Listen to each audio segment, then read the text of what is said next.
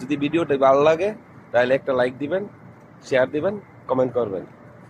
সে অত্যন্ত স্তব্ধ হয়ে আবিষ্কার করল যে তার মায়ের মৃতদেহ রাজমাতার তৈহৌ ফুলদানির ভেতরে লুকিয়ে রাখা হয়েছে। তার হঠাৎ মনে পড়ে গেল বইয়ে লেখা সেই ঘটনার কথা, মানুষকে ব্যবহার করে অর্কিড লানহুয়া চাষের কথা। একটি নির্দিষ্ট সময় পর মানুষ এবং ফুল একে অপরের সাথে মিলেমিশে এক হয়ে যায়। এখন যেহেতু অর্কিডটি এখনও প্রস্ফুটিত হয়ে আছে, এর মানে কি তার মা এখনও বেঁচে আছেন? কিন্তু বইয়ে এও লেখা ছিল যে সাধারণত যাদের ওপর এই বীজ রোপণ করা হয় তারা 1 বছরের বেশি বাঁচতে পারে না, অথচ এই ফুলটি টানা 10 বছর ধরে বেঁচে আছে। তাই সে নিজের মনে থাকা প্রশ্ন নিয়ে রাজমাতার কাছে জানতে চাইল যে তিনি কোন অলৌকিক বা স্বর্গীয় কৌশল ব্যবহার করেছেন যার কারণে এই বিউটি অর্কিড মেইরন ল্যান এত দীর্ঘ সময় ধরে বেঁচে আছে। বছর 10 আগে যখন রাজমাতা তাকে এখানে পাঠিয়েছিল তখন সে একটি কথা উল্লেখ করেছিল। সে বলেছিল যে এই পৃথিবীতে সে তার একটা মেয়েকে রেখে এসেছে।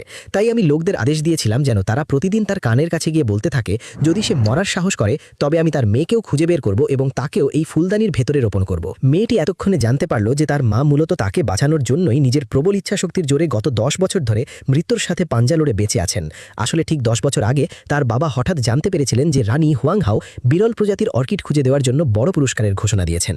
তাই তার বাবা পড়াশোনা ছেড়ে দিয়ে ফুল ও উদ্ভিদের উপর গবেষণা শুরু করেন এবং অবশেষে প্রাচীন গ্রন্থ থেকে অর্কিড চাষের একটি সংক্ষিপ্ত পথ খুঁজে পান। তিনি নিজের স্ত্রীকে সার হিসেবে ব্যবহার করে সফলভাবে বিউটি অর্কিড চাষ করেন। এর ফলে তিনি রানীর প্রশংসা পান এবং রানী নিজের রাজকন্যাকে তার সাথে বিয়ে দেন।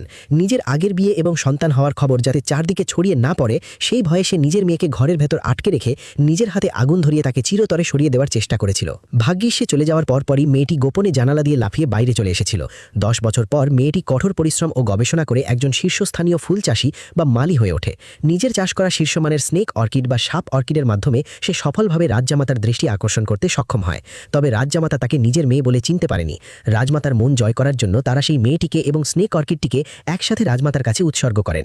রাজমাতা এতে অত্যন্ত বিস্মিত হন এবং পরিচারকদের আদেশ দেন অতীতে রাজজামাতার পাঠানো সেই বিউটি অর্কিডটি বের করে আনতে, যাতে মেয়েটি সেটির অবস্থা ও মান পরীক্ষা করে দেখতে পারে। মেয়েটি কাছে আসামাত্রই স্তব্ধ হয়ে আবিষ্কার করে যে তার মা আসলে এই ফুলদানির ভেতরেই আছেন। তবে সে কোনো হৈ হৈ না করে যেন কিছুই হয়নি এমন ভান করে জানালো যে সে ভবিষ্যতে এটির খুব যত্ন নেবে। এভাবেই সে রাজমাতার প্রাসাদে থেকে গেল। দিনের বেলায় সে বাগানে অর্কিডের যত্ন নিত আর রাতের বেলা গোপনে গিয়ে ফুলদানিতে থাকা তার মাকে সান্ত্বনা দিত। মা, আমি সোয়াং সোয়াং ফিরে এসেছি। মা, তুমি আরেকটু কষ্ট সহ্য করো, আমি তোমাকে অবশ্যই এখান থেকে উদ্ধার করব। সেদিন রাজমাতা সম্রাটকে ফুল দেখার জন্য আমন্ত্রণ জানিয়েছিলেন। মেয়েটি উদ্দেশ্য প্রণোদিতভাবে সম্রাটের জন্মদাত্রী মায়ের প্রিয় জিয়াংনান অঞ্চলের একটি সুর বাঁশিতে বাজাতে শুরু করে। এটি মুহূর্তের মধ্যে সম্রাটের 8 বছরের আগের স্মৃতিগুলোকে জাগিয়ে তোলে, যে রাজমাতাই নিজের হাতে তার জন্মদাত্রী মাকে হত্যা করেছিল। এটি কেবল রাজমাতাই প্রতি সম্রাটের ক্ষোভ ও ঘৃণাকে উস্কে দেয়নি, বরং মেয়েটির প্রতি সম্রাটের আগ্রহকেও বাড়িয়ে দেয়। তাই সম্রাট রাজমাতার কাছে অনুরোধ করেন যেন স্নেক অর্কিডটি তাকে ভালোবেসে উপহার দেওয়া হয়। রাজমাতাও বুঝতে পেরেছিলেন যে সম্রাট উপর দিয়ে ফুল চাইছেন, কিন্তু আসলে তিনি এই মেয়েটিকে চাইছেন।